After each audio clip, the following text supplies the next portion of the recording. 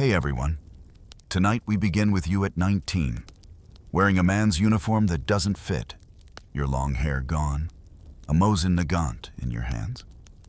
The Red Army trains you to kill, but nothing prepares you for the winter trenches, the hunger, or the way German soldiers will hunt you like an animal if you're captured. They call you Flintenweiber Riflewoman. Degenerate, and for that alone, you're worth more dead than alive. But danger doesn't just come from the enemy. In your own camp, eyes follow you for reasons that have nothing to do with the war. Still, every dawn, you shoulder the rifle, knowing most women in your role won't live to see the end. This is life for a Soviet female soldier, equal in orders, unequal in safety, and always one step from the grave. So before we begin, like and subscribe, and tell me, would you have volunteered? You stand, a whisper of a person, against the vast, shifting backdrop of a nation at war. The air itself seems to hum with a low, mournful drone, a collective ache for what has been lost. Perhaps it was the news, delivered in a clipped, official tone, that a brother, a father, an uncle, or a dear friend would not be coming home. A simple postcard, or maybe no word at all. Just a silence that stretched impossibly long. Or perhaps it was the raw, guttural cry for revenge that echoed not just from the public loudspeakers, but deep within your own core. A primal response to the devastation unfolding around you. The enemy, a shadow creeping closer, had touched your world, your life, and left scars that ran deeper than any wound. Newspapers, pasted on public walls, spoke of courage, of sacrifice, of the motherland's defense. And a sense of purpose, clear as a bell, began to form within you. It wasn't just about survival. It was about protecting the very soil beneath your feet. The traditions that bound your family.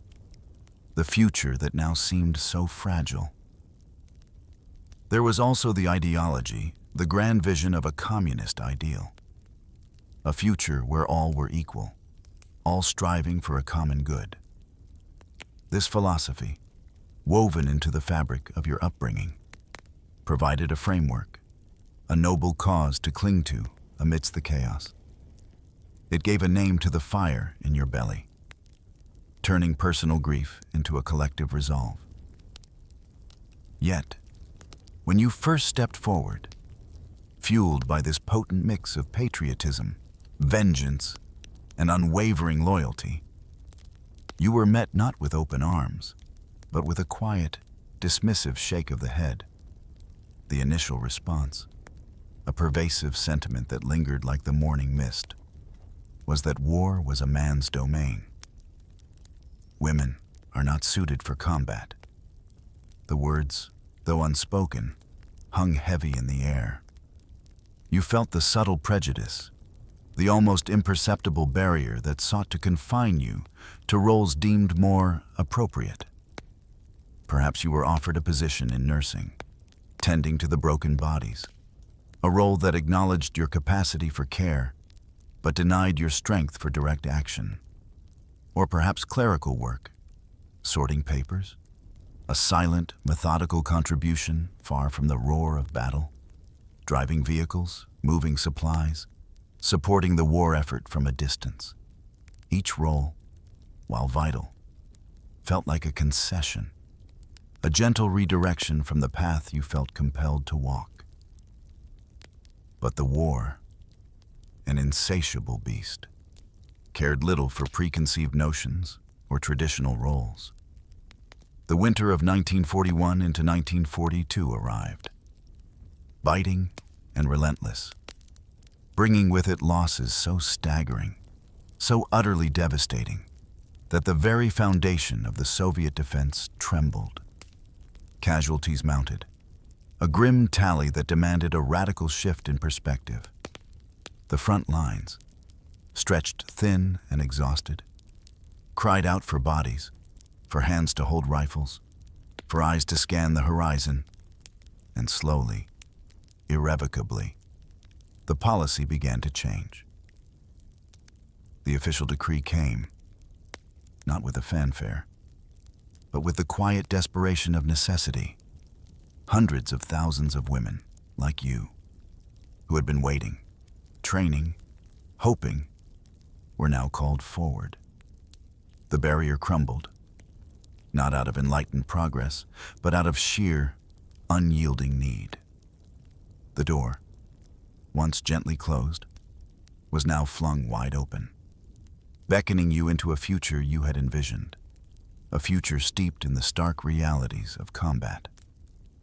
You stepped through, one of many, a quiet resolve hardening your gaze. The path ahead was uncertain, fraught with unimaginable dangers. But the decision had been made, and there was no turning back. The war, which had taken so much, now demanded all of you.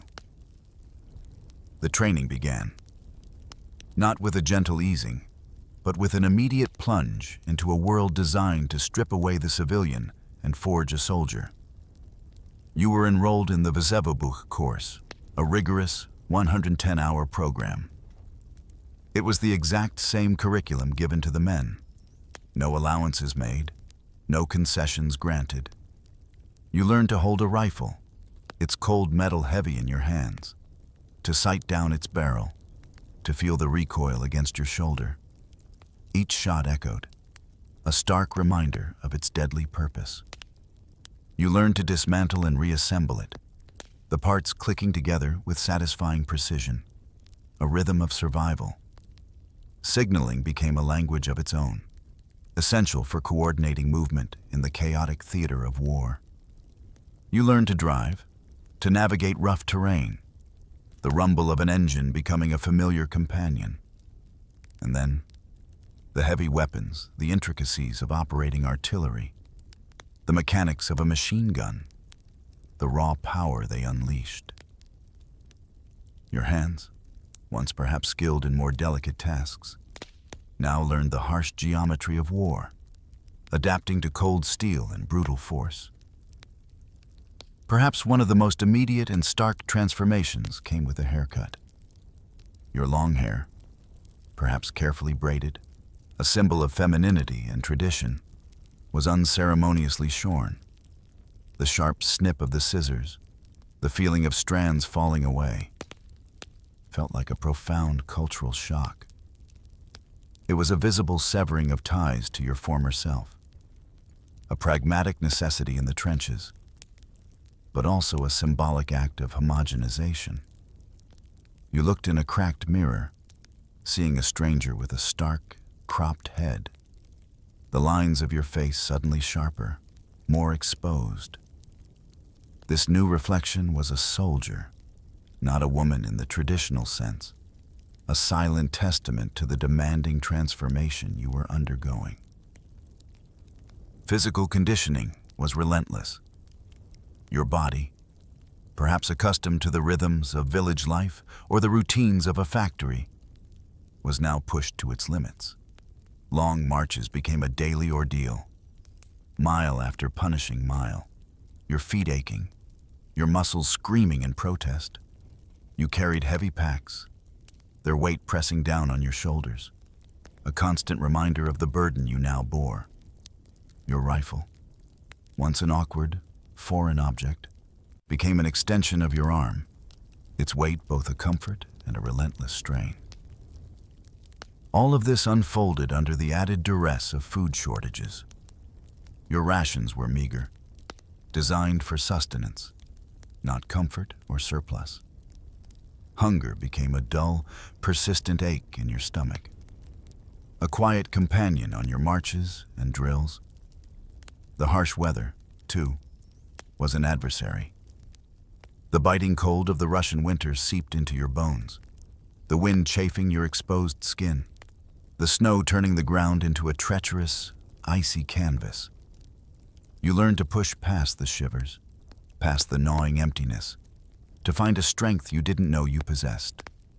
You were being forged, piece by painful piece, into a machine of war, your body and mind adapting to the brutal demands, your spirit hardening with each passing day.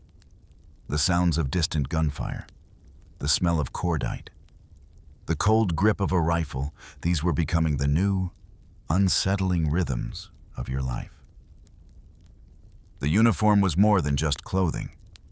It was a new skin, a second identity, and often an uncomfortable truth. In the early days, before the spring of 1942, before women's uniforms were even a thought, you were simply issued whatever was available from the men's stocks.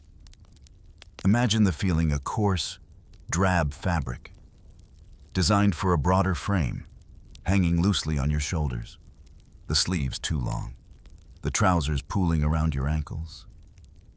It was a constant battle to keep it from tangling, from tripping you. The oversized boots, heavy and clunky, felt like lead weights on your feet, chafing your skin with every step, making quick movement an awkward, clumsy affair. The material itself, a rough wool or canvas, felt scratchy against your skin, a persistent irritation that gnawed at your comfort. There was no softness, no give, just a rough, unyielding shell. You learned quickly to improvise, to adapt. A resourceful spirit, born of necessity, guided your hands. Perhaps you found a discarded piece of silk, salvaged from a captured German parachute. Its smooth, cool texture a stark contrast to the coarse uniform. This became your secret luxury, a whisper of comfort against your skin. Perhaps fashioned into makeshift underwear or a delicate scarf hidden beneath your tunic. These small acts of defiance, of reclaiming a sliver of personal space, were vital. They were quiet affirmations of the person beneath the uniform, a fleeting reminder of a life that felt increasingly distant. This daily struggle with the uniform mirrored a deeper, constant tension within you. You were a soldier.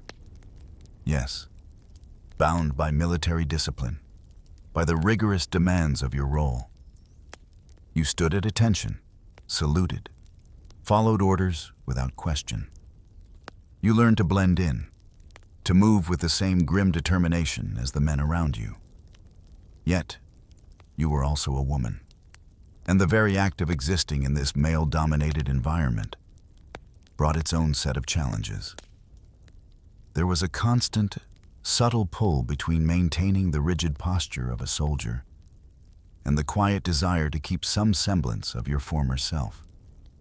Of your innate femininity, perhaps you saw glances, heard whispers, sometimes of admiration, sometimes of skepticism. You might have felt the need to prove yourself constantly, to work harder, to be tougher, just to be seen as equal, to overcome the unspoken doubt.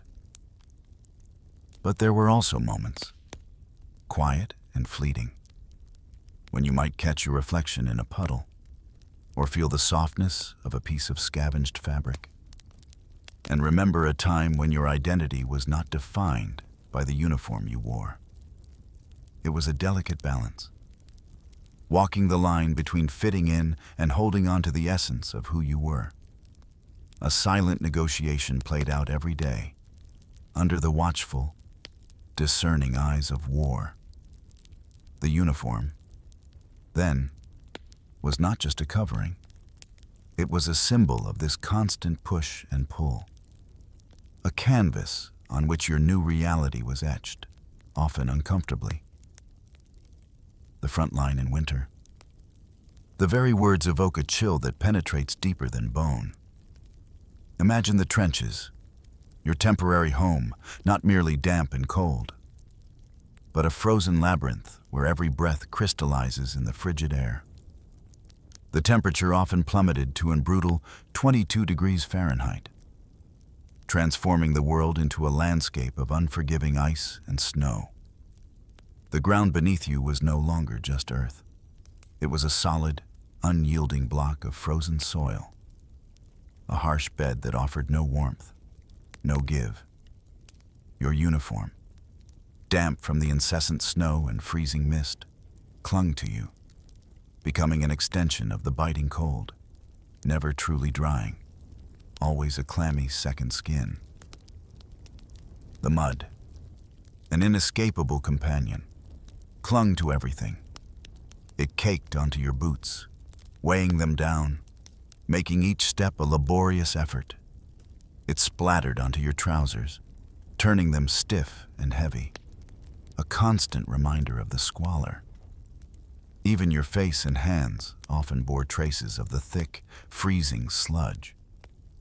The air itself smelled of damp earth, a faint tang of wood smoke from distant fires, and the metallic scent of damp rust from your rifle. The sounds were muted by the snow, the crunch of boots on frozen ground, the distant thud of artillery, the hushed whispers of your comrades. Rations were meager, a bare sustenance designed to keep you alive, not nourished. Perhaps a small portion of black bread, hard and dry, a piece of salted fish, or a handful of coarse grain. Hunger became a dull, persistent ache in your stomach, a constant companion that never truly left you. You learned to savor every morsel, to eat slowly, extracting every possible calorie and crumb of warmth. Water was a precious commodity. You often resorted to melting snow, cupping it in your freezing hands, watching the flakes slowly dissolve into a clear, albeit icy, liquid. The taste was pure, but the chilling effect went straight through you. Sleep, when it came, was a fitful, restless affair. You huddled together with your comrades, seeking warmth in shared proximity, on the frozen ground, or perhaps on a thin layer of salvaged straw. Every movement sent a shiver through you. Every gust of wind felt like a direct assault. The nights were long, stretching into an eternity of cold and watchful waiting. The only light came from the occasional flare, briefly illuminating the stark, white landscape before plunging it back into the inky blackness. Yet, amidst this brutal existence, there were rare, fleeting moments of rest, precious fragments of humanity that allowed you to breathe, to remember who you were. These were times when the distant rumble of the front quieted, when the immediate threat receded, even for a few precious hours. You might pull out a worn piece of paper, a stub of a pencil, and carefully, painstakingly, begin to write a letter home. Each word was chosen with care, a bridge across the vast distance, an attempt to convey a reality that could never truly be understood by those safe behind the lines. You would try to sound hopeful, resilient, masking the bone-deep weariness, the constant cold. Or perhaps you would mend a torn uniform, carefully stitching the coarse fabric, each movement a small act of repair, of perseverance. The thread, precious and scarce, was handled with care, a quiet ritual. These moments were often shared. A small luxury, perhaps a lump of sugar, hoarded and then offered, a gesture of quiet camaraderie, or a cigarette, passed from hand to hand, its smoke curling into the cold air. A shared moment of warmth and fleeting escape. In these quiet interstices, surrounded by the harsh realities of war, you found small pockets of comfort, moments where the human spirit, though battered, quietly asserted its enduring presence. The training you endured, the harsh uniforms, the brutal conditions of the front line, all of it funneled you towards one singular purpose, taking up arms. You were not just a presence on the battlefield. You were an active participant, a vital cog in the machinery of war. The roles were diverse, each demanding a unique blend of skill, courage, and unwavering resolve.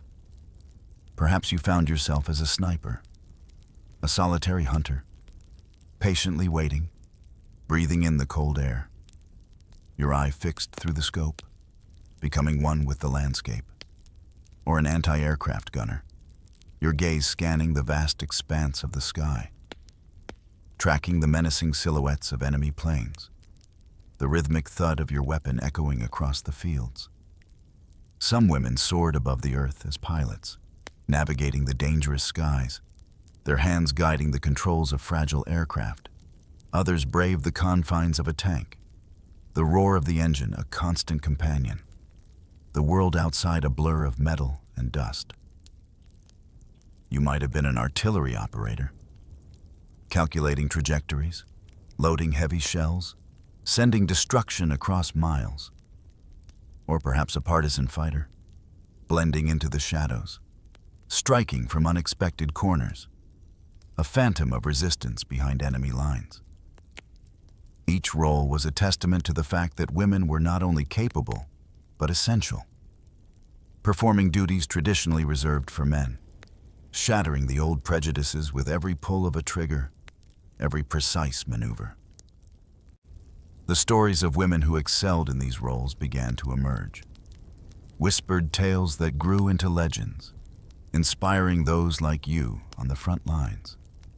You heard of Lydia Litviak, the White Rose of Stalingrad, a fearless pilot whose swift maneuvers and deadly accuracy earned her fame in the skies. There was Yekaterina Budanova, another ace pilot, who flew alongside Litvak, a symbol of their shared courage. And then, the name that resonated deepest for many, Lyudmila Pavlichenko, a sniper whose tally of 309 confirmed kills struck fear into the hearts of the enemy and pride into your own.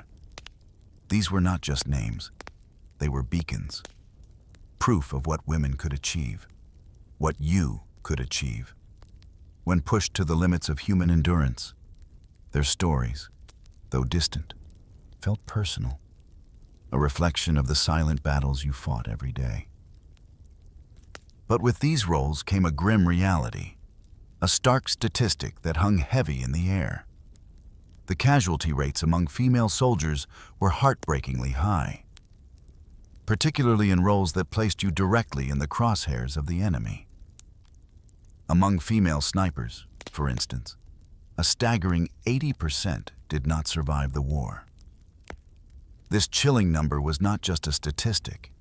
It was a shadow that lengthened with every passing day, a quiet, ever-present whisper of your own mortality. You saw comrades fall, felt the sudden, crushing weight of their absence. You understood, with a profound clarity, that each time you shouldered your rifle, each time you took aim, you were dancing on the precipice between life and death. The rifle, once a heavy, foreign object, had become an extension of your will, a tool of survival, but also a constant reminder of the perilous gamble you took every single day. The war had transformed you, not just into a soldier, but into a direct participant in its brutal, unforgiving dance of death. If you found yourself in the solitary, deadly world of the sniper, your training became a crucible of patience, stillness, and heightened senses. You learned to melt into the landscape, to become one with the earth, a silent observer. Hours stretched into an eternity as you lay motionless, a part of the snow-covered ground or the shadowed underbrush. Your breath was shallow, controlled, a faint wisp in the freezing air. Your eyes, trained to pierce through camouflage, scanned every detail, every flicker of movement, every unnatural shadow. You learned to discern the subtle signs of human presence, the broken twig, the disturbed snow, the faint glint of metal. Tracking targets became an instinct, a quiet, methodical process. You would calculate angles, anticipate movement, understand the psychology of your prey. The wind became a silent partner, the light a variable. Every rustle of leaves, every distant sound was analyzed, categorized, absorbed into your understanding of the battlefield. But the most intense and terrifying aspect of this world was the duel. You were not merely hunting targets. You were often hunting other snipers. The enemy's own deadly eyes fixed on you. It became a chilling game of cat and mouse, a battle of wits and nerve, knowing that the slightest mistake, the briefest moment of inattention, could cost you everything. Consider the legend of Lyudmila Pavlichenko, a name whispered with reverence and awe. Her time at Sevastopol epitomized this brutal existence. She spent countless hours in the frozen earth, her body rigid with cold, her mind a razor's edge. She dueled, not just once, but 36 times against German snipers, each encounter a silent, protracted battle of wills. Imagine the tension, the slow passage of time, the meticulous observation, the agonizing wait for the perfect moment. Each successful duel was a testament to her unparalleled skill, her iron nerves, her unwavering focus. And even when wounded, the pain a searing reminder of the fragility of life, she would return to the front, driven by a force that transcended mere duty. The sniper's world was defined by a constant, inescapable mentality: hunt or be hunted. This wasn't a game. It was a brutal, existential truth that shaped every decision, every movement. You felt the weight of it, a cold, metallic taste in your mouth. You understood, with a clarity that few others could fathom, that a single error, a misplaced foot, an ill-timed breath, a moment of distraction, could be fatal. Your senses became your shield, your rifle, your only true friend. You learned to trust your instincts, to listen to the quiet warnings of your body, to respond with lightning speed. The world narrowed to the scope of your rifle, the target in your sights, and the silent, deadly dance between predator and prey. It was a life lived on the absolute edge, where the quiet stillness of waiting was often more terrifying than the roar of battle. For in that stillness lay the ultimate, deadly judgment. The air regiments presented a different kind of war. One fought not on the muddy ground, but in the vast, cold expanse of the sky. You might have been one of the women who answered this call, joining one of the 3 all-female air regiments founded by the courageous Marina Raskova. There was the 588th Night Bomber Regiment, famously known as the Night Witches, a name whispered in awe and terror by the enemy. Then the 587th Bomber Regiment and the 586th Fighter Regiment, each with their own harrowing missions. Imagine the aircraft you flew, the Po-2 biplanes. These were not the sleek, armored beasts of modern warfare. They were biplanes, constructed primarily of wood and fabric, flimsy and vulnerable. They had no armor, no sophisticated weaponry beyond their bombs. The open cockpits exposed you to the biting wind, the cold, and the stark reality of your fragile conveyance. Yet, within these seemingly archaic machines, you and your sisters in arms performed acts of incredible bravery. The tactic of the Night Witches was legendary, and you would have been a part of this chilling, silent ballet of destruction. You would approach your targets under the cloak of darkness, the only sound the faint hum of your engine. Then, just before reaching the drop zone, you would cut the engine. The world would fall silent, save for the rush of wind over the wings, a soft, ethereal whisper. Your wooden and fabric plane would glide, a phantom in the night, silently approaching the unsuspecting enemy. The only sound they would hear, just moments before the bombs fell, would be a soft, swooshing noise, like a witch's broomstick sweeping through the air, giving them their eerie nickname. Then, with a sudden release, the bombs would plummet, shattering the quiet, their impact a stark punctuation to the silence. The missions were perilous, often multiple sorties in a single night, flying in open cockpits through freezing air, navigating by stars and the faint glow of the ground. Yet, within these regiments, a profound sense of camaraderie blossomed. It was a sisterhood forged in the crucible of shared danger, a bond unlike any other. You shared your meager rations, each bite a small gesture of solidarity. When one of you was injured, the others rallied around, tending to wounds, offering comfort, a quiet understanding passing between you. There was a unique solace in knowing that the woman next to you, flying through the dark sky, understood the fear, the exhaustion, the quiet determination that fueled your every flight.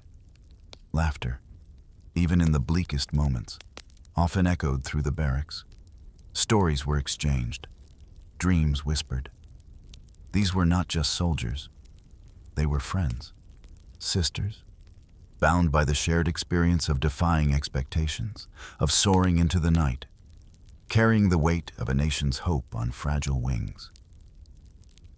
The planes might have been vulnerable, but the spirit that guided them was unyielding, a quiet force against the darkness, a testament to the power of unity and the extraordinary courage of women in war. The enemy, clear and defined, was on the other side of the trenches, in the skies, or lurking in the shadows. But you soon discovered that danger didn't always wear a German uniform. Sometimes, it wore the same uniform as yours, spoke the same language, and walked alongside you.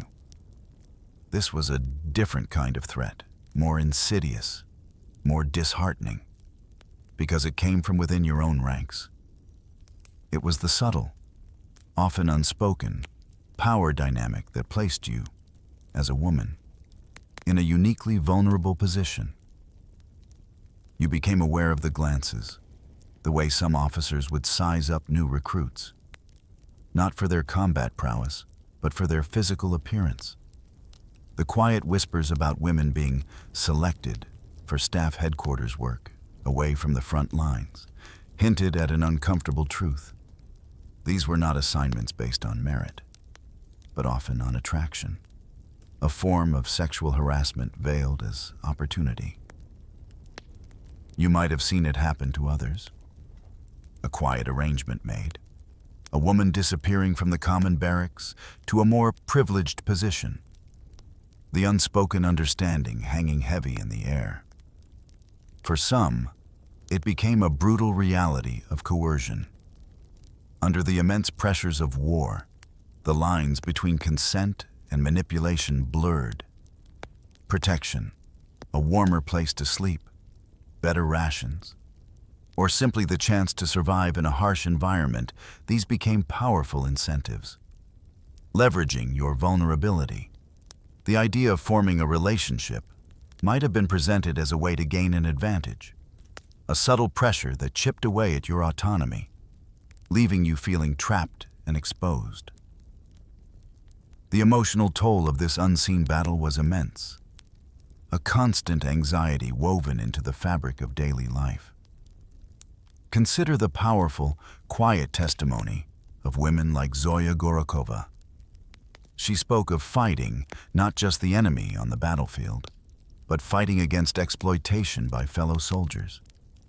Imagine the internal struggle to maintain your dignity, your physical safety, your sense of self, while simultaneously navigating the horrors of combat.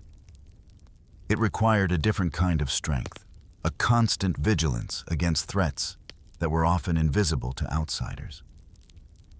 You had to be on guard, not just against enemy snipers or incoming shells, but against the subtle advances, the inappropriate comments, the insidious expectations. This hidden danger created a layer of isolation, a silent burden. While camaraderie on the front lines was vital for survival, this particular threat often left you feeling alone, unable to speak out without fear of repercussions or disbelief. You learned to read the unspoken cues, to develop strategies for avoidance, to build walls around yourself even as you fought for your country. It was a bitter irony, fighting for freedom and dignity on one front, while simultaneously fighting for your own personal boundaries and safety on another. The scars from these silent battles, though invisible, could run as deep and last as long as any physical wound from the enemy. The fear of capture was a cold, constant companion, a more insidious dread than even the most violent firefight. For you, a Soviet female soldier, the stakes were impossibly high. The Nazis had a specific, chilling label for you, Flintenweiber, which translates to rifle women. It was a derogatory term, dripping with contempt and dehumanization. To them, you were an aberration, a violation of their distorted ideals of womanhood, a degenerate who dared to trespass on the battlefield. And for that alone, you were considered less than human, deserving of no mercy, no quarter. The stories, whispered in the trenches, were horrifying and consistent. If captured, there was often no chance for a prisoner of war camp, no hope of eventual exchange. Many times, you were executed on the spot, perhaps hanged from a tree, a brutal message left for those who might follow. The swiftness of their cruelty was a terrifying reality. But often, before the final, brutal act, there was torture. Imagine the cold, piercing fear of knowing what awaited you. The physical torment, designed not just to extract information, but to break your spirit, to utterly dehumanize you. And worse, the sexual violence, a monstrous degradation that was a deliberate weapon against your femininity, a final, vicious assault designed to destroy every shred of your identity. The trauma of these acts lingered, even if only in the stories heard, painting a horrifying picture of a fate worse than death. Some women, if they survived the initial brutality, were then sent to the infamous concentration camps Ravensbrück, a place of unimaginable suffering for women, or Auschwitz-Birkenau, the very epitome of hell. There, you would face forced labor, worked until your body gave out, or subjected to horrific medical experiments, your very being reduced to a mere specimen. Faced with such a terrifying prospect, many women made an ultimate, unthinkable choice. The idea of falling into Nazi hands, of enduring the torture, the rape, the degradation, was so profoundly abhorrent that suicide became a desperate act of defiance, a final assertion of control over your own body, your own destiny. You might have carried a hidden cyanide pill, or kept a last bullet for yourself. And in the most harrowing of circumstances, surrounded by comrades, the unspoken plea, the desperate look in your eyes, might have led you to ask a trusted friend to deliver the final mercy, to kill you rather than allow you to be captured alive. This decision, born of unimaginable fear and profound despair, was a testament to the depths of the horror you faced. It highlighted the unique vulnerability and the brutal realities faced by women on the Eastern Front. The shadow of Flintenweiber hung over every female soldier, a constant, chilling reminder that for you, defeat was not just capture, but a complete and utter annihilation of body and spirit. The weight of this knowledge was a heavy burden, a silent promise to yourself that you would fight to the last breath, knowing the alternative was a fate too terrible to contemplate. And then, the guns fell silent. An unimaginable quiet descended, a hush that felt almost deafening after years of constant noise, the rumble of artillery, the crackle of gunfire, the cries of battle. The war, which had consumed your entire being, was over. But for you, the journey back to normalcy was far from simple. You had been celebrated as a hero, a symbol of national strength and sacrifice. Posters might have featured your image, your bravery lauded in newspapers. You were a warrior, a testament to courage. Yet, as the immediate euphoria of victory faded, a subtle, yet powerful, shift began to occur. The state propaganda, once so eager to highlight your combat prowess, slowly pivoted. The message subtly changed, nudging you back into traditional roles. You were no longer just a soldier. You were encouraged, almost implicitly commanded, to become a mother and a wife once more. The uniform was shed, replaced by civilian clothes, and with it, an expectation that you would shed your wartime identity as well. The skills you had honed, shooting, tactics, survival suddenly seemed out of place in a society eager to rebuild and return to peacetime norms. But the war was not something you could simply put away like a uniform. It had etched itself onto your soul, leaving lifelong trauma. The memories, vivid and raw, replayed in the quiet moments, the smell of cordite, the screams of the wounded, the faces of those you lost. Psychological scars ran deep, unseen but ever present.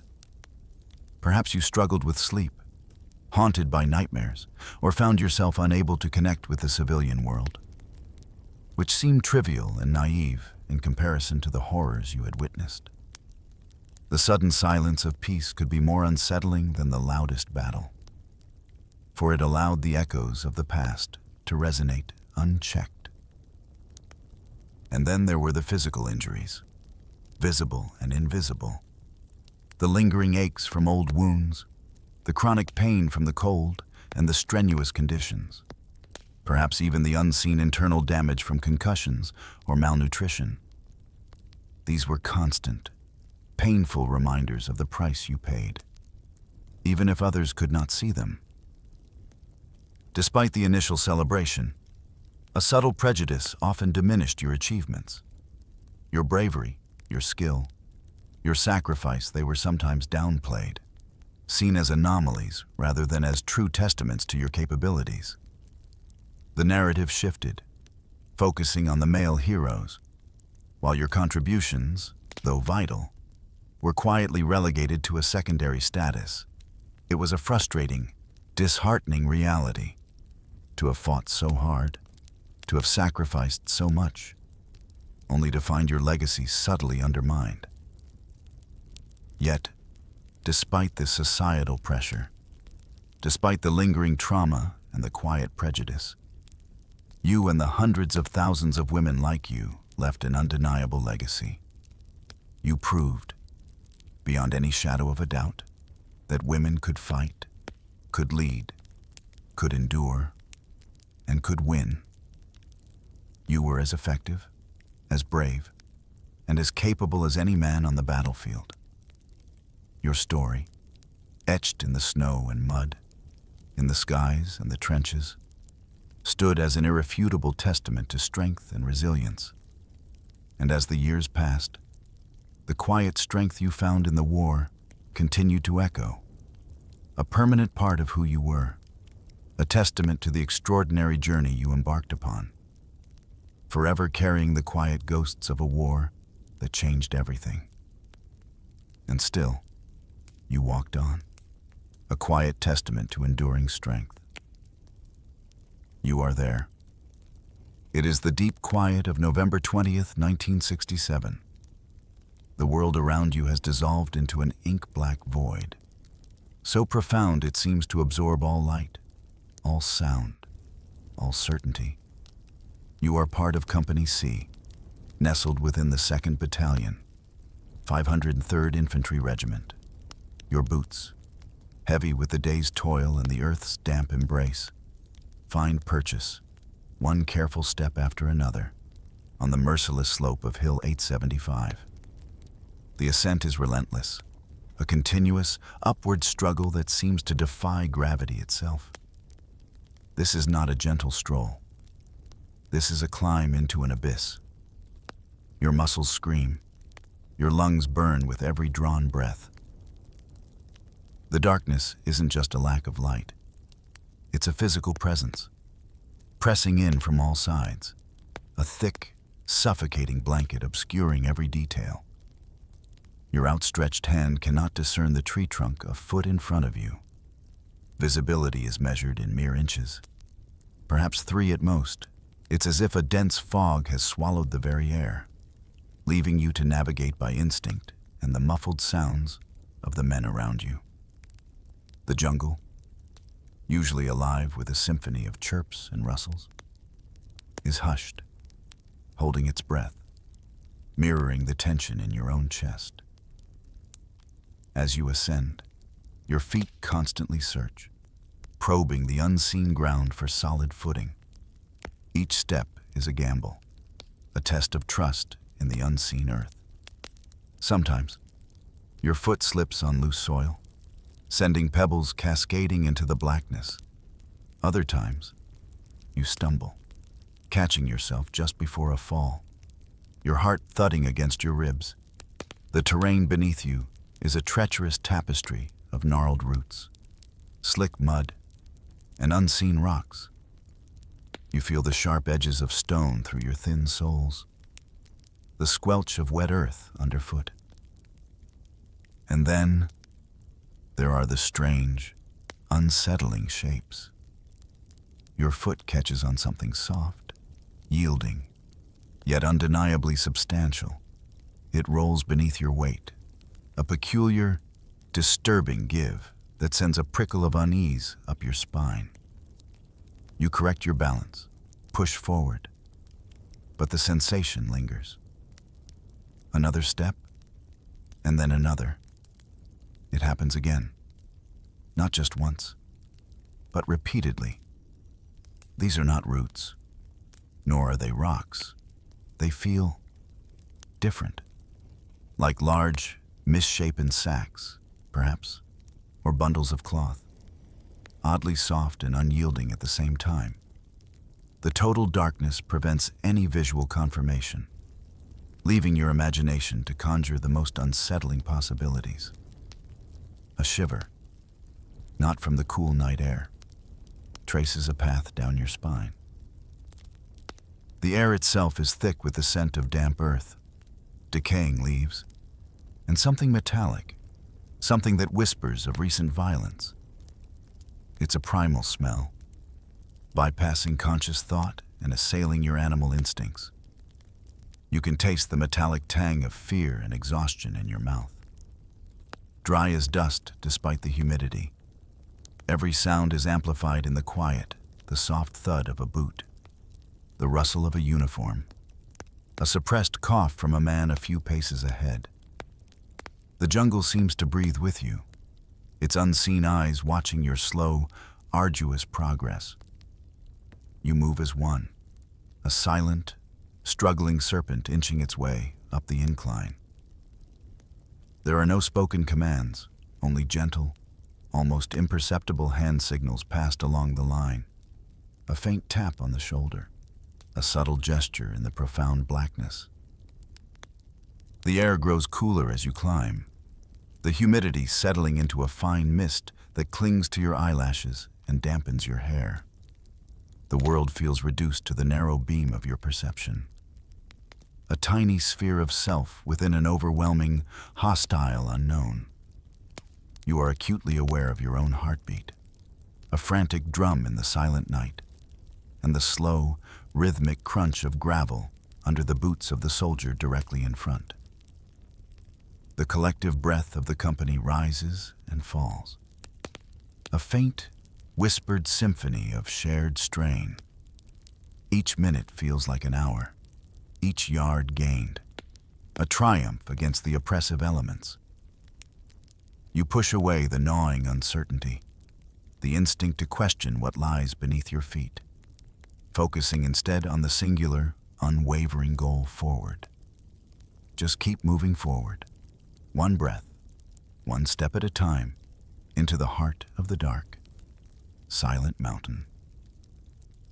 The weight of your pack, once merely a burden, now feels like a part of you, a constant, heavy presence sinking into your shoulders, reminding you of the journey's demands.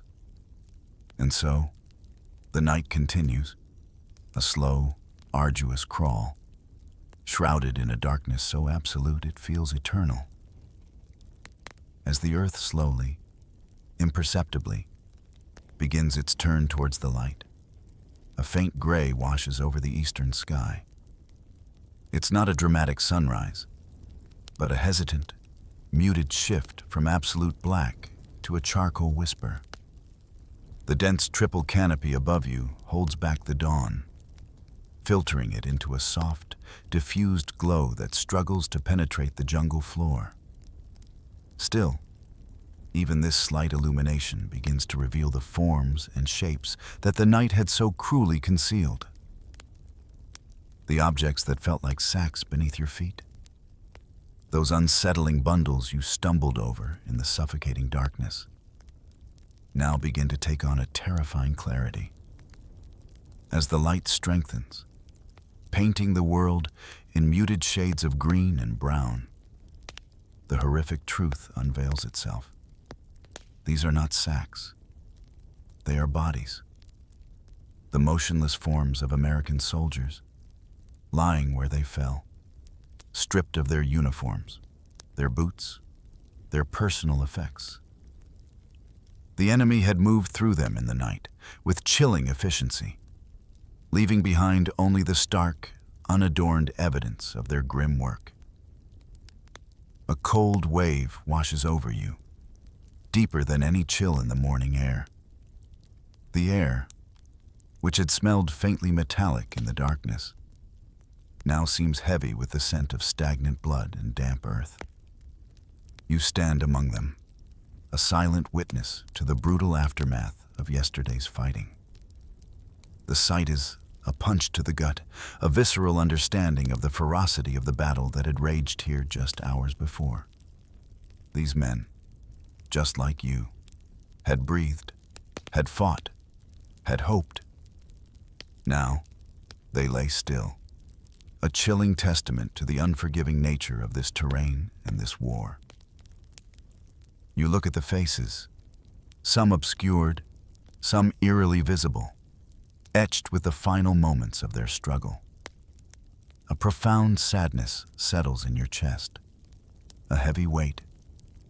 It's a realization that this is not just a strategic objective, not just a map point, but a place where lives were violently extinguished. The silence, which had been so oppressive in the night, now feels sacred, a heavy reverence for the fallen. The jungle, moments ago a hostile unknown, now seems to mourn with you, its leaves dripping with morning dew like silent tears. Your mission, which had been abstract words on a briefing sheet, solidifies into a stark, immediate reality. You are here to relieve Company A, to step into the very ground where these men fought and fell. The previous day had been, as reports quietly stated, blood-soaked. Now, you see the grim evidence of that truth scattered around you. Shattered trees, splintered by artillery and explosions, stand as silent sentinels, their broken branches reaching up like gnarled fingers. The earth itself is scarred, churned up by the furious dance of combat, littered with spent casings and the debris of battle. The sun, though still struggling to break through the canopy, begins to warm the air. But no warmth touches the chill in your soul. The quiet whispers of your comrades, muted by the shock of the discovery, fill the spaces between the rustle of leaves. No one speaks loudly. No one needs to. The message is clear, etched in the still forms around you. This is a place of brutal truths, a battlefield where the stakes are life and death, and where the line between them is often brutally thin. You understand, with a chilling clarity, that you are not just fighting an enemy, but an environment, and the very concept of warfare itself. This is not about glory or grand victories. It is about survival, about holding a line, about honoring the sacrifice of those who came before. The mission, initially about tactical relief, now carries a profound emotional weight. You are here to pick up the fight, to ensure these sacrifices were not in vain. The world has shifted in the span of a few moments, from the oppressive unknown of night to the stark, brutal reality of a jungle dawn. And with that revelation, the full weight of your task settles upon you, heavy and undeniable. To understand the grim dawn on Hill 875, you must first journey back, mentally, to the humid heat of the summer of 1967. The Central Highlands of Vietnam, a land of soaring peaks and impenetrable jungles, became a strategic chessboard where a deadly game was unfolding. Here, in Kon Tum province, near the Cambodian and Laotian borders, the People's Army of Vietnam, or PAVN, began to step up their raids. These were not random skirmishes. They were deliberate probes designed to test defenses, gather intelligence, and sow a pervasive sense of unease. You might imagine a vast, open battlefield, but the reality was far more claustrophobic. The PAVN, masters of this dense, unforgiving terrain, chose their ground with cunning precision. Their tactics relied on close-quarters combat, on ambushes sprung from within the thick, tangled vegetation, on engagements where the distance between combatants could be measured in mere feet, sometimes even inches. This proximity was deliberate, a strategic choice designed to negate one of America's most potent advantages, its overwhelming air superiority. When the fight became a desperate tangle of bodies and blades in the undergrowth, when friend and foe were intertwined, the roaring jets overhead, the thudding helicopters, and the precision bombs became a liability, not an asset. Close air support, so crucial in other theaters, was severely limited by the ever-present danger of friendly fire. The air in the highlands during those summer months was thick and heavy, not just with humidity, but with a palpable tension. Every rustle of leaves, every distant bird call, every shadow could hide an unseen threat. The whispers of patrols moving through the dense jungle undergrowth were often the only sounds to break the oppressive silence, punctuated by the sudden, terrifying crack of rifle fire or the concussive boom of a grenade. The jungle itself became a character in this unfolding drama, its oppressive embrace both a shield and a prison, offering cover to the enemy while exhausting the Allied forces who struggled to navigate its treacherous pathways. In response to these escalating raids, the United States, alongside its South Vietnamese allies, initiated Operation Greeley on June 17, 1967.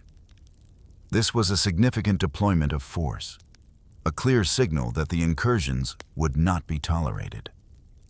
You would have seen the movement of thousands of troops The formidable 4th Infantry Division, known for its heavy firepower, was brought in, alongside 2 battalions of the elite 173rd Airborne Brigade, highly trained for rapid deployment and aggressive jungle operations.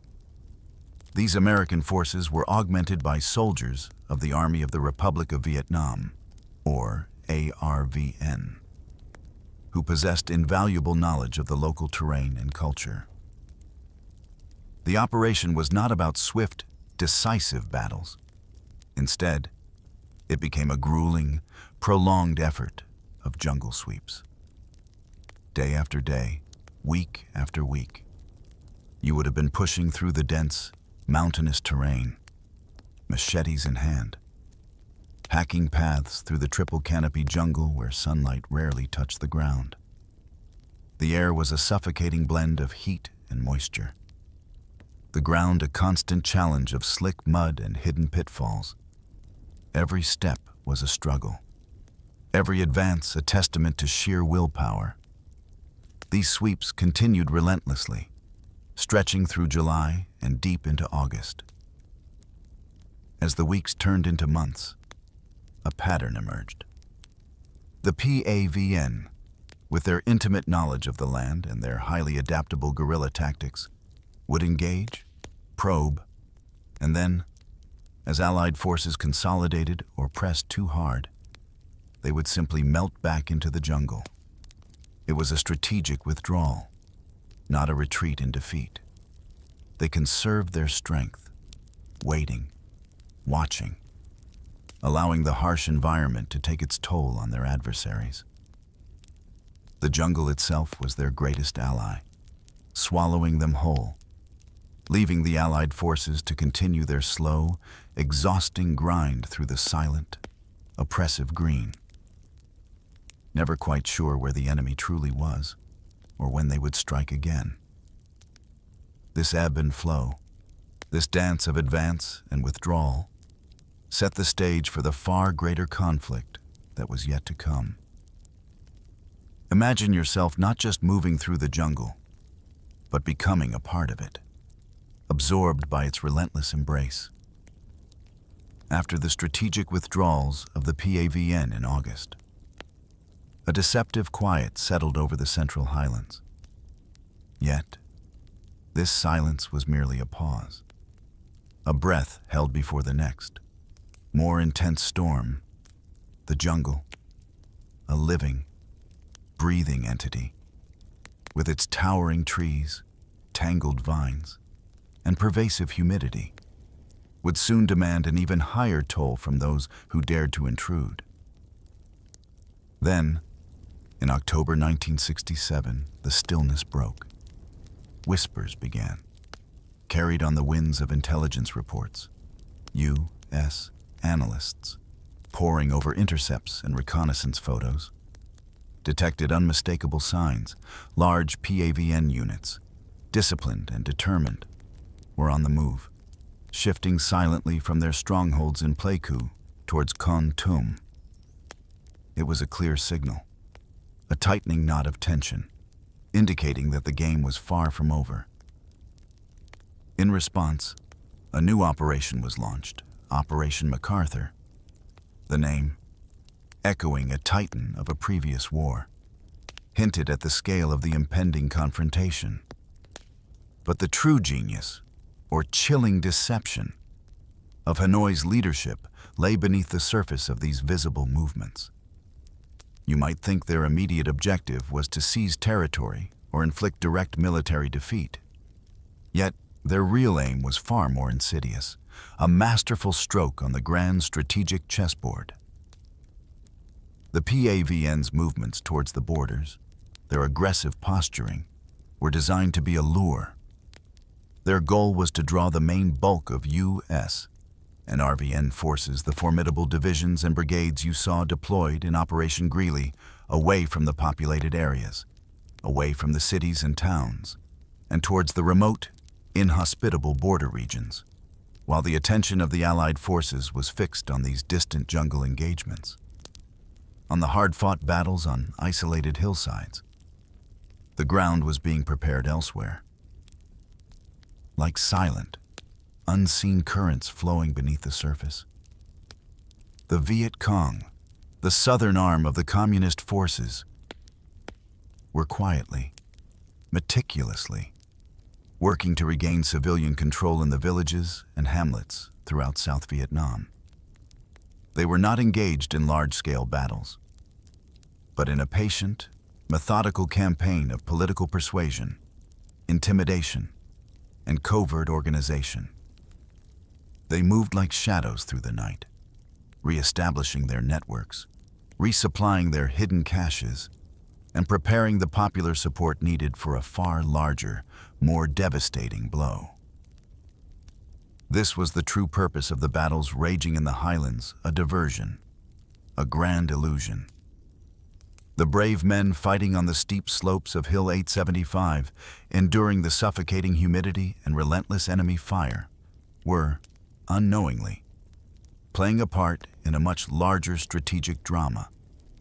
Their sacrifices, their struggles, were drawing the attention and resources of the American and ARVN commands to the periphery, allowing the Viet Cong to consolidate their strength in the very heartland of South Vietnam. The quiet preparations, the hidden movements, the careful accumulation of resources, all were building towards a synchronized, nationwide offensive.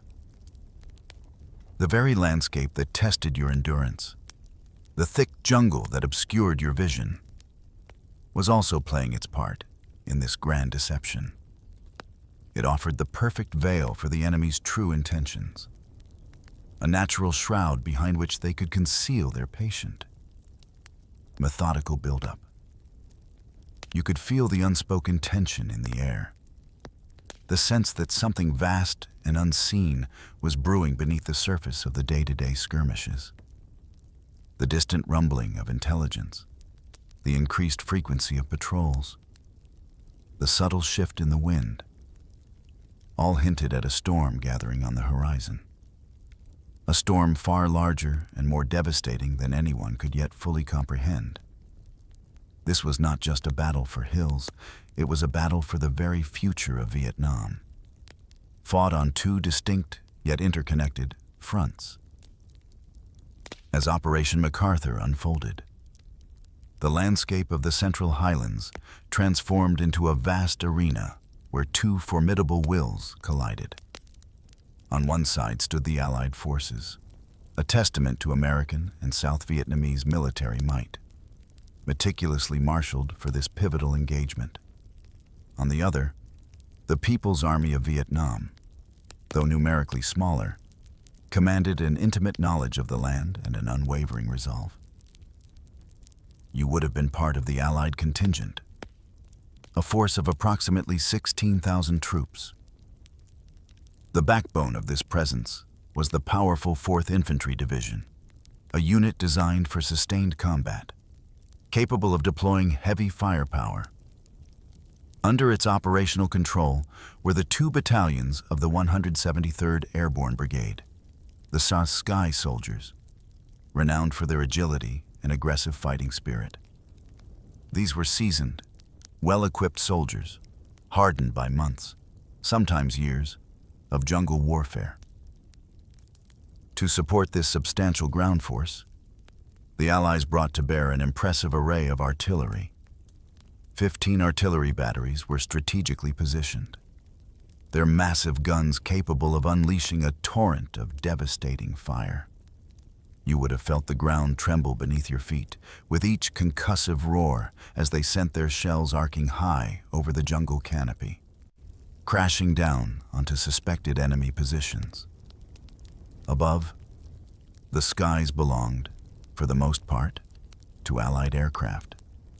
The sleek, swift A-4 Skyhawks and the rugged, formidable A-1 Sky Raiders crisscrossed the heavens, ready to deliver close air support, their engines a constant, reassuring hum. When they screamed in for a pass, the very air would vibrate, a visceral reminder of the immense power at your disposal. Opposing this formidable force was the 1st Infantry Division of the PVN, a well-trained, disciplined, and highly motivated fighting machine. Though they numbered around 7,000 troops, spread across 4 regiments, their strength lay not just in their numbers, but in their unparalleled understanding of the terrain. They had spent years, some a lifetime, living and fighting in this environment, turning its inherent difficulties into their greatest advantage. They knew every hidden trail, every natural fortress, every shadowed ravine that could conceal their movements. And what a terrain it was. This was not the gentle rolling hills of your homeland, nor the open plains. This was a land that seemed to actively resist human presence. You would find yourself ascending limestone ridges that soared to elevations of over 4,000 feet. Their sheer faces and jagged edges a constant test of endurance.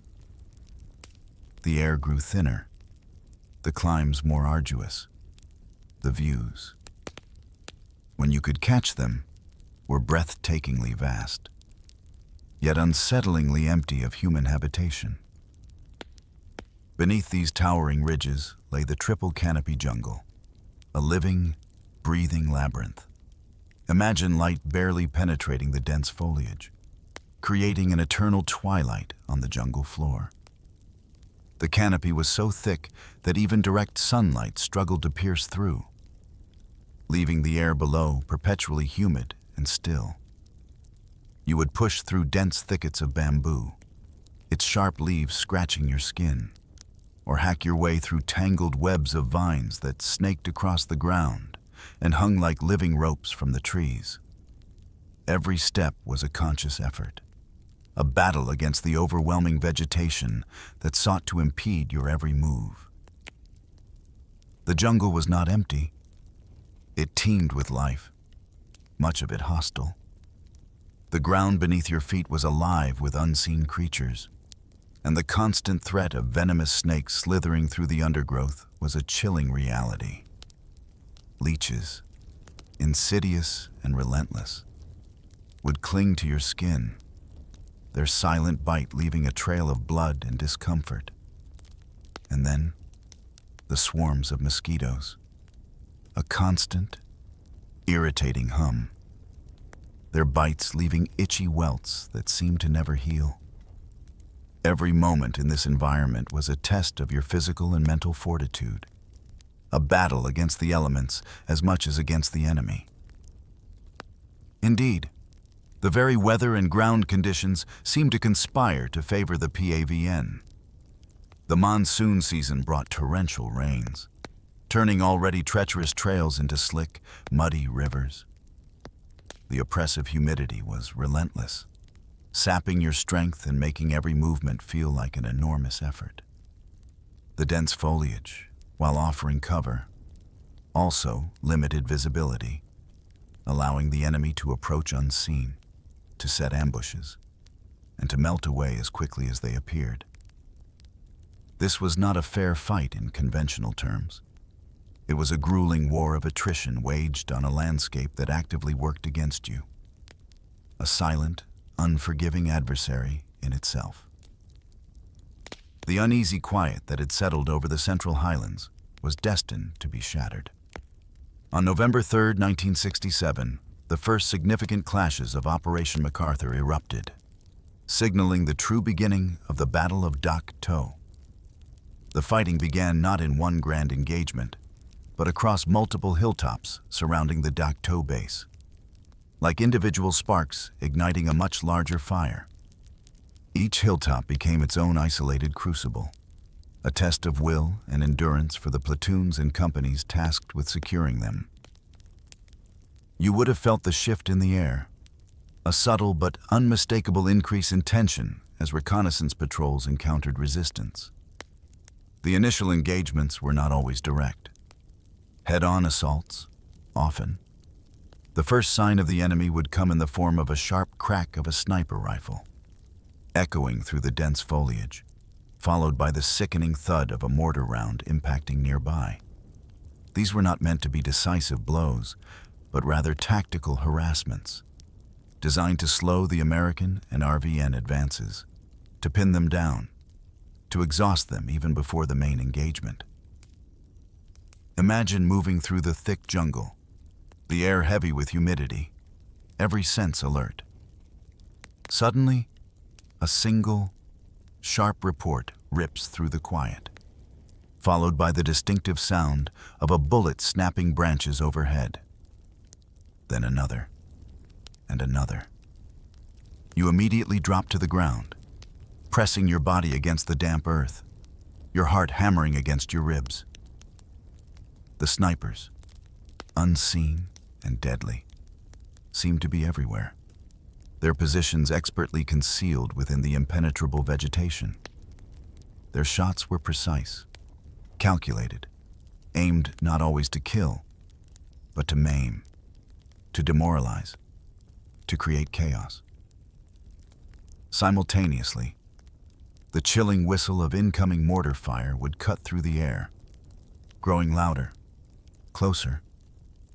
You would instinctively press your helmet closer to your head, clenching your teeth, bracing for the inevitable explosion. The ground would shudder violently as the rounds impacted, sending geysers of earth and shrapnel into the air, tearing through the canopy overhead. The combined effect of sniper and mortar fire was insidious, creating a constant state of anxiety, making every movement a calculated risk. It chipped away at your resolve, testing the very limits of your patience and courage. Despite this relentless harassment, the U.S. and ARVN troops pressed forward, their resolve hardening with each obstacle. This was grinding combat, a brutal, exhausting, step-by-step advance. The enemy had fortified their positions with cunning skill. You would encounter meticulously laid minefields, hidden beneath the leaves and debris, each step a potential trigger for disaster. Special engineering teams, or sometimes just brave individuals, would painstakingly clear these deadly traps. Their movements agonizingly deliberate, their focus absolute. And then there were the machine gun nests, positioned at strategic choke points, concealed within expertly dug bunkers and camouflaged fighting positions. These nests were designed to shred advancing lines, to halt progress with an overwhelming torrent of lead. You would hear the distinctive, terrifying roar of their heavy machine guns, cutting through the jungle, sending bullets ripping through trees and earth. To neutralize these, it required immense courage and coordinated effort, flanking maneuvers, suppressive fire, and sometimes desperate, close-quarters charges, men throwing themselves against a seemingly insurmountable wave of fire. The fighting was up close and personal, a brutal, intimate dance of survival. There were no broad strategic movements on these hilltops, only the slow, painful inching forward, yard by contested yard, the air filled with the acrid scent of gunpowder, the shouts of men, the cries of the wounded. The jungle itself seemed to groan under the strain of the relentless combat. Trees scarred, earth churned, its quiet sanctity violated by the roar of battle. Each meter gained was paid for in sweat, in blood, in the relentless erosion of nerves. This was not a battle of grand maneuvers. It was a battle of attrition, a test of who could endure the relentless psychological and physical pressure longer. And as the days turned into weeks, the echoes of this grinding conflict reverberated across the highlands, setting the stage for the climactic, brutal struggle for Hill 875. November 19th, 1967. The date would forever be etched in the memory of those who lived through it. A day that began with a sense of purpose and ended in a maelstrom of chaos and tragedy. On this morning, 3 American companies, approximately 330 troops, were making their methodical approach towards Hill 875. The air was thick with the scent of damp earth and the unspoken tension that precedes contact. Every step was deliberate, every sense sharpened by the knowledge that they were moving into contested ground. As they pressed through the dense, unforgiving jungle, the silence, once a comfort, now felt like a predatory presence. And then, without warning, the jungle erupted. The air shattered with the ferocious crackle of automatic rifle fire, the concussive blasts of grenades, and the chilling screams of men caught in the sudden, overwhelming fury. It was a perfectly executed ambush, a trap sprung with deadly precision by the unseen enemy. Bullets ripped through the leaves, tore through uniforms, and found their targets with brutal efficiency. Men scrambled for cover, diving into the meager protection offered by fallen logs and shallow depressions, returning fire blindly into the cacophony of the jungle. In the midst of this terrifying onslaught, acts of incredible courage unfolded. One such story, one that whispers through the stillness of memory, is that of Private First Class Carlos Lozada. As the ambush intensified, and the order was given to withdraw, PFC Lozada took up position as the rear guard. Armed with his M60 machine gun, a powerful, heavy weapon designed to lay down suppressing fire, he stood his ground. He knew the risk, understood the grave danger, but he also knew that every second he held the enemy at bay, every burst of fire he unleashed, bought precious time for his comrades to disengage, to save their lives. You can almost see him, silhouetted against the chaos, his body a bulwark against the tide of incoming fire. The M60 roared in his hands, spitting a continuous stream of lead into the encroaching enemy positions, its sound a lonely, defiant symphony in the heart of the ambush. He absorbed the brunt of the attack, drawing the enemy's attention, becoming a shield for his retreating brothers. He held that line, a single man against a determined force, until he could no longer stand. His sacrifice, quiet and profound, allowed many to escape the immediate maelstrom. He fell, giving his last measure of devotion, his M60 silenced, a stark reminder of the cost of such courage. The fighting continued to rage, a desperate, close-quarters struggle for survival. The jungle floor became a tableau of heroism and heartbreak, the air thick with the smell of gunpowder and blood. The initial shock of the ambush slowly gave way to a grim determination. Men fighting for their lives, for each other, in the suffocating embrace of the jungle. The sun, which had risen with such promise, now seemed to cast long, despairing shadows over the desperate struggle. But the day's tragedy was not yet complete. As darkness began to gather, a new, unforeseen horror descended. At precisely 6:58 p.m., just as the last vestiges of daylight were fading, a catastrophic mistake unfolded. The piercing whine of a jet engine, an A4 Skyhawk, echoed overhead, a sound usually synonymous with salvation. But tonight, it brought only deeper despair. 2 Mark 81 bombs, each a potent weapon of destruction, were inadvertently released directly onto the American command post and the makeshift medical aid station. The earth erupted in a deafening roar, a blinding flash of light that momentarily banished the encroaching darkness. A shockwave rippled through the air, knocking men off their feet, tearing through the jungle with concussive force. When the dust and smoke began to clear, a scene of unimaginable devastation was revealed.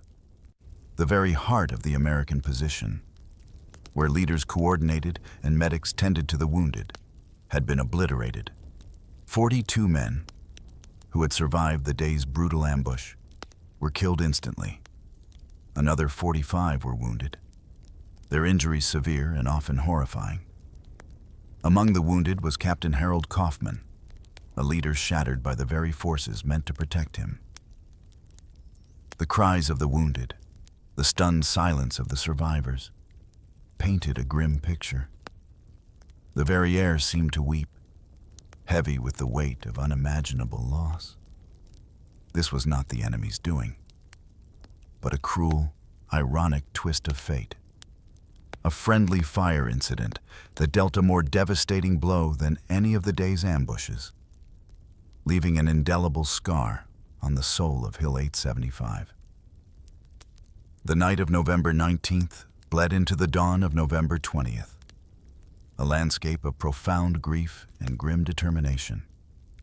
After the devastating friendly fire incident, a somber quiet settled over the Allied position on Hill 875, punctuated only by the low moans of the wounded and the hushed commands of the remaining officers. Yet, the mission remained. Reinforcements, a relief force, were already on their way, pushing through the same treacherous terrain that had claimed so many. You would have been part of that relief force, climbing steadily upwards through the pre-dawn gloom, your senses on edge, acutely aware of the perils that lay ahead. The path was not easy, even without the full-scale ambush of the previous day. The enemy was still present, persistent, and deadly. Sniper fire cracked periodically through the dense foliage, forcing you to duck, to seek cover, your heart pounding. Mortar rounds continued to fall, sending geysers of earth and shrapnel into the air, forcing rapid, instinctive dives for cover. The slow, arduous ascent was punctuated by these terrifying interruptions, each one a reminder of the unseen eyes watching your every move. Finally, as dusk began to gather once more, painting the sky in bruised purples and oranges, you reached the position. What greeted you was a scene of utter devastation, a stark testament to the ferocity of the previous day's battle.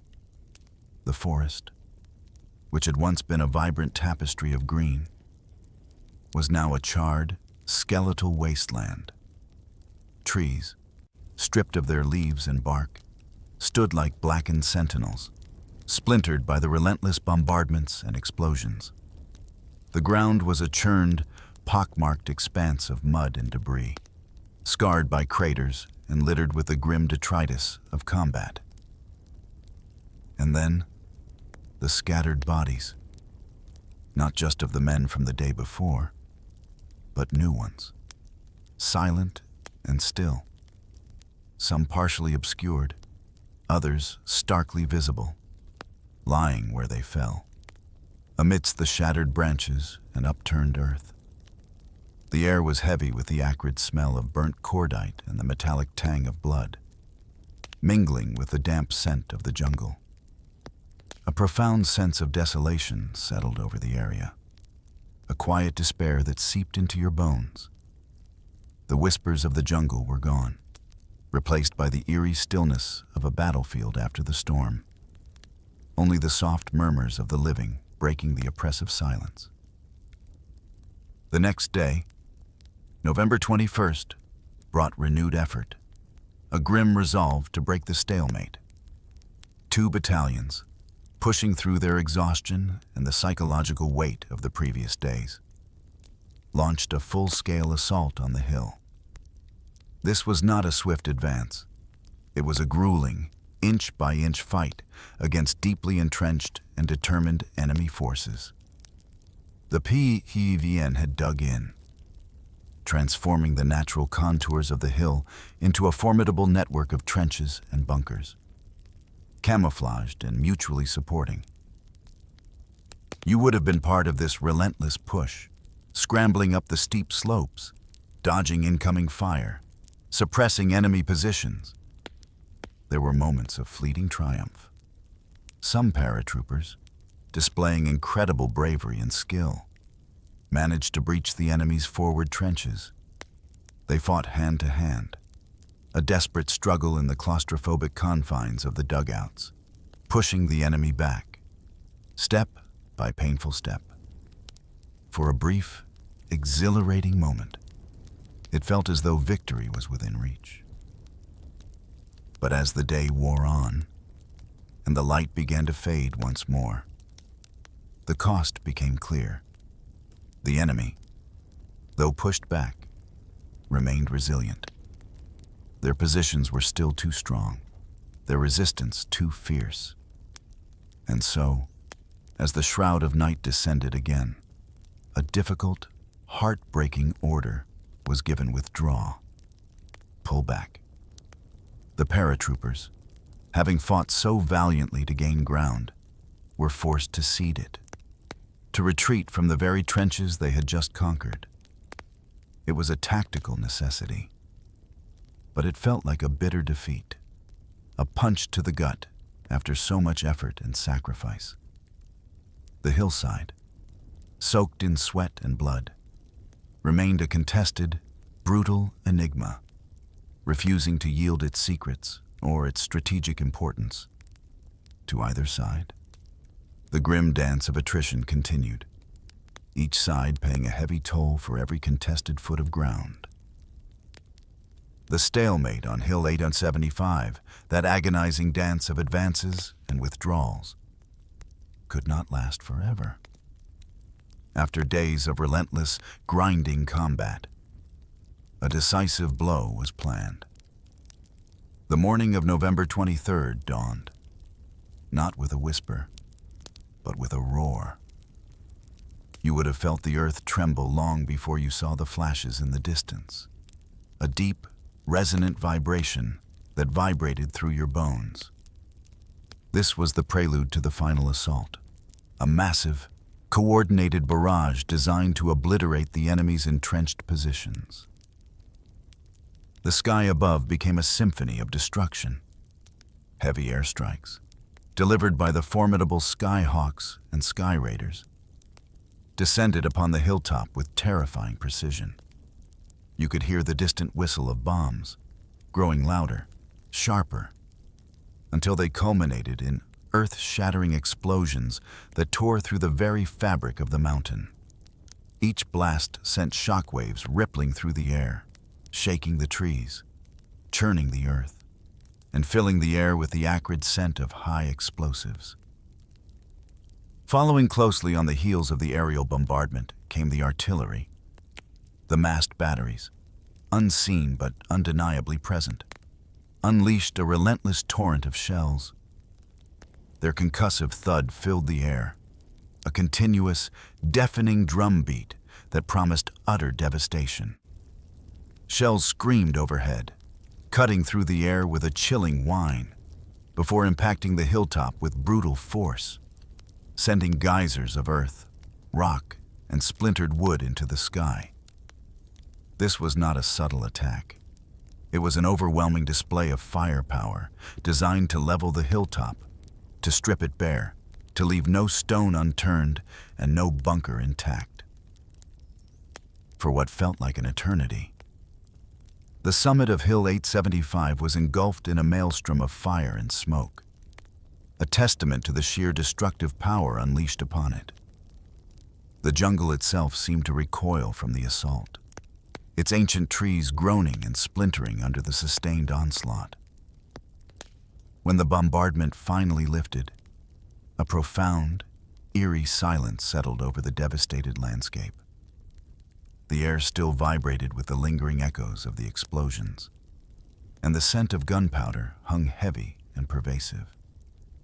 What had once been a dense, tree-lined summit was now a desolate, barren moonscape. The triple canopy was shredded, the limestone ridges exposed, scarred and blackened. Then, the command came. It was time to advance. You would have been part of that final, cautious push, moving through the ravaged terrain. The ground beneath your feet was no longer solid earth, but a treacherous mixture of churned soil, fragments of rock, and the splintered remains of trees. Each step was carefully placed, wary of unseen pitfalls or remaining dangers. The air was still thick with dust and the lingering smell of cordite, making each breath taste of ash. As the U.S. and RVN forces cautiously advanced, climbing the now barren slopes, a strange realization dawned. The resistance was minimal. The enemy, who had fought with such ferocity for days, had finally conceded the hill. They had withdrawn, melting back into the jungle, just as they had done after Operation Greeley. Their strategic objective had been achieved, and they had no intention of sacrificing more lives for a tactical point that had served its purpose as a decoy. What they left behind was a stark, almost surreal scene. The hilltop, once a stronghold, was eerily quiet, punctuated only by the distant rustle of leaves and the soft murmur of your comrades. There were no massed formations of enemy soldiers, no final, desperate stand. Instead, you found only the quiet, grim evidence of their presence: a few dozen charred bodies, grim and anonymous, caught in the overwhelming inferno of the bombardment. They were the last casualties of a battle that had drained the life out of the hill itself. The strategic objective was achieved. Hill 875 was taken, but the victory felt hollow, tinged with a deep weariness and the lingering echoes of the thunderous assault. The cost had been immense, the landscape forever scarred, and the knowledge that the enemy had slipped away, largely unscathed, left a quiet sense of unease. The relentless, devastating push had achieved its immediate goal. But the true meaning of this hard-won victory was yet to be fully understood. A quiet question lingering in the dust-filled air. With Hill 875 finally secured, its scarred peak standing as a silent monument to the battle's ferocity, the immediate fighting ceased. But the true aftermath, the quiet accounting of loss, had just begun. This was the moment where the brutal reality of the engagement settled in, not with the roar of bombs, but with the chilling silence of absence. You would have walked among the ruins, the twisted metal, the splintered trees, the churned earth, and the profound silence would have been punctuated only by the somber movements of recovery teams. The numbers, when finally tallied, were stark. For the United States, the cost of securing this single hill was immense. 432 American lives were lost, their futures extinguished in the unforgiving jungle. Another 1,770 soldiers bore the physical scars of the conflict, their bodies wounded, some grievously, by bullet, shrapnel, or concussive force. And, perhaps most heartbreakingly, 33 men were listed as missing, swallowed by the dense jungle or consumed by the brutal ferocity of combat. Their fates unknown, leaving families in perpetual agonizing uncertainty. Each number represented a life, a story, a family forever altered by the echoes of this distant battle. The air itself seemed to carry the weight of these losses, a palpable sadness that permeated the very atmosphere of the devastated hilltop. You could almost feel the presence of those who had fallen, their silent witness to the grim victory. On the opposing side, the People's Army of Vietnam also paid a heavy toll. While exact numbers are always difficult to ascertain, estimates place their casualties at 4 times higher than the American losses. Thousands of their soldiers, too, had fallen, their lives given for a cause they deeply believed in. Their bodies, perhaps removed by their comrades or lost to the jungle's embrace, were a silent testament to their own fierce determination and the relentless nature of the fight. The sheer scale of the human cost, on both sides, painted a grim picture of the war of attrition that was unfolding in Vietnam. From a purely military perspective, the Battle of Dak To was deemed a U.S. and RVN victory. Hill 875. The objective was secured. The PAVN had withdrawn, their direct military presence on the hill erased. Allied forces had demonstrated their formidable firepower and their ability to engage and defeat the enemy in their chosen terrain, albeit at a high cost. It was a tactical success, a clear demonstration of military might and strategic resolve. The flags were raised, the reports filed, and the victory was declared. But as the dust settled and the strategic implications became clearer, a more nuanced and ultimately unsettling truth began to emerge. While the battlefield victory belonged to the Allies, the PAVN had achieved their deeper, more significant strategic objective. They had succeeded in drawing the substantial U.S. and ARVN forces away from the populated areas, precisely as Hanoi's leadership had intended. The thousands of Allied troops, the vast resources, the aerial might, had been focused on a remote border region, engaged in a grueling, bloody fight for a series of hills.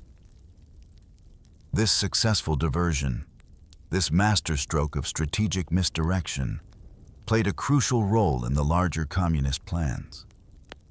While the fighting raged in the Central Highlands, the Viet Cong, unseen and unmolested, were quietly, meticulously, completing their preparations for a much larger, coordinated offensive.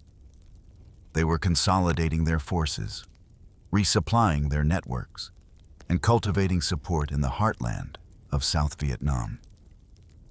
The Battle of Dak To, therefore, was not an isolated incident. It was a prelude, a necessary distraction that would allow the stage to be set for the full-scale, devastating surprise attack that would become known as the Tet Offensive. The quiet accounting of loss extended beyond the numbers of fallen soldiers. It encompassed the dawning realization that victory in this war was not always what it seemed, and that the enemy's strategic acumen could often outmaneuver brute force. Hill 875 was a hard-won tactical success, but its quiet legacy would be inextricably linked to the far greater and more shocking events that were soon to unfold across Vietnam. The Battle of Dak To.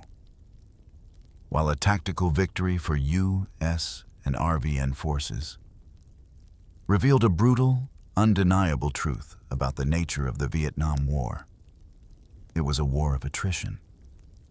This was not a conflict of grand maneuvers and swift, decisive breakthroughs, but a grinding, relentless struggle where victory was measured in body counts and sustained pressure, a slow erosion of will and resources on both sides. You had seen it firsthand on Hill 875, the immense effort required to gain a few yards, the repeated assaults against deeply entrenched positions, the willingness of both sides to absorb horrendous casualties. You could feel the weight of this attrition in your very bones. Every patrol, every firefight, every arduous climb up a contested hill chipped away at the spirit. The enemy's strategy was simple yet devastatingly effective: draw the American forces into battles where their technological superiority was blunted by the terrain and their sheer numbers could be bled away. It was a cruel arithmetic, where success was defined by who could endure the most pain, who could suffer the greatest losses and still continue the fight. The jungle itself was a relentless partner in this war of attrition. Its thick embrace sapped strength. Its hidden dangers caused constant anxiety. And its very nature transformed combat into an intimate, often terrifying struggle. The constant humidity, the ever-present leeches and mosquitoes, the unending physical exertion required to move through the dense foliage, all contributed to a pervasive sense of weariness, a slow erosion of both body and spirit. This environment was not just a backdrop. It was an active participant, wearing down combatants as surely as any bullet or bomb. For the American public back home, watching the war unfold through nightly news reports, the images from Dak To offered a stark, unvarnished glimpse into this brutal reality. They saw the casualties, the wounded, the grim faces of soldiers who had endured unimaginable horrors. They heard the numbers, ever increasing, of those killed in action. Despite the official pronouncements of victory, despite the assurances that objectives were being met, a profound shift began to occur in the national consciousness. The relentless stream of news from places like Dak To, with its high casualties and seemingly endless battles for remote hilltops, began to erode public confidence in the ultimate victory. The initial fervent support for the war, fueled by a sense of national purpose, slowly but undeniably began to wane. Questions began to surface, softly at first, then with increasing volume. What was the real objective? Was this an endless cycle of sacrifice?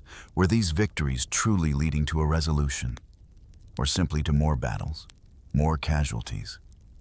The image of an invincible American military, cultivated over generations, began to crack under the relentless pressure of a war that seemed to defy conventional logic. The heavy losses at Dak To, though a victory on the ground, served as a grim testament to the high price of engagement in Vietnam. It underscored the fact that even with overwhelming firepower and superior resources, the war was not being won quickly or cleanly. This realization, slowly seeping into the public consciousness, began to chip away at the moral authority of the government's war efforts. It fostered a growing sense of disillusionment, a feeling that the war was a bottomless pit of sacrifice, with no clear end in sight.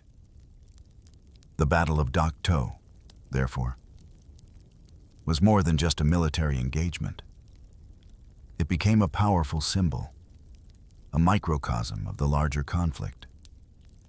It revealed the agonizing nature of a war where tactical victories often obscured strategic setbacks, and where human endurance was pushed to its absolute limits. The echoes of its brutal attrition would reverberate far beyond the jungles of Vietnam, shaping public opinion and setting the stage for profound changes in American policy and strategy. It was a harsh, unforgettable lesson, etched into the memories of those who fought, and into the fabric of a nation grappling with the cost of war. As the final echoes of the Battle of Dak To faded from the jungle, carried away on the tropical breezes, its legacy began to settle, quietly but profoundly, on the consciousness of a nation. The hard-won victory on Hill 875, steeped in so much sacrifice, was not an ending, but a pivot point, a moment that laid bare the brutal realities of the Vietnam War and, perhaps, gently nudged the path towards a very different future. You could almost feel the shift in the air after Dak To, a subtle but undeniable change in the national conversation. The battle, with its grim casualty counts and the sheer difficulty of the terrain, offered a stark, unvarnished glimpse into the true nature of the conflict. It hammered home the fact that this was not a conventional war, but a prolonged, agonizing test of endurance, where every inch of ground was contested, and every victory came at an immense human cost. The narratives of quick triumphs and easy progress began to unravel. replaced by a growing awareness of the deep complexities and unyielding challenges of the fight. The public confidence, which had once been a strong pillar supporting the war effort, continued its steady erosion. Dak To served as yet another painful lesson that American military might, while formidable, was not invincible against an adaptable, determined enemy fighting on their home ground. The image of the war, once framed by grand strategic goals, now increasingly focused on the individual soldier's struggle, the sheer physical and psychological toll of jungle combat, and the seemingly endless cycle of engagement and attrition. This growing public disquiet, fueled by the relentless flow of grim news, became a powerful, albeit subtle, force shaping the political landscape back home. Perhaps the most significant, though often unspoken, legacy of Dak To was its role in paving the way for eventual negotiations. The battle, like others before and after it, demonstrated that a purely military solution to the conflict was proving increasingly elusive and prohibitively costly. The relentless attrition, the high casualty rates, and the enemy's continued strategic resilience, even in tactical defeat, forced a reevaluation of America's overall war strategy. The idea of achieving a decisive military victory, once the guiding principle, began to give way to the quieter, more pragmatic pursuit of a negotiated settlement. The debates within the highest levels of government and military leadership began to shift. The focus turned increasingly from how to win to how to disengage. The experience of battles like Dak To, where hard-fought tactical gains came at such a high price and often served a larger enemy deception, solidified the understanding that a new approach was necessary. The path towards peace talks, once a distant possibility, became a more tangible, even urgent, necessity. And so, the quiet heroism and profound sacrifice of the soldiers on Hill 875, the raw brutality of their fight, and the strategic complexities that underpinned it, all combined to leave an indelible mark. Dak To stands not just as a name on a map or a date in history, but as a quiet, yet powerful, testament to the human spirit under immense pressure. It reminds us of the profound costs of conflict, the insidious nature of a war of attrition, and the often unseen currents of history that flow beneath the visible surface of events. As the jungle slowly reclaims its scarred earth on Hill 875, and the passage of time softens the sharp edges of memory, the echoes of that intense battle remain. They whisper of courage, of resilience, of the intertwined destinies of nations and individuals. And perhaps, as you drift deeper into the quiet of the night, you can almost hear the soft rustle of leaves, carrying those ancient stories, those profound lessons, on the gentle wind, reminding us that even in the quietest moments, history continues to unfold, its wisdom waiting patiently to be heard.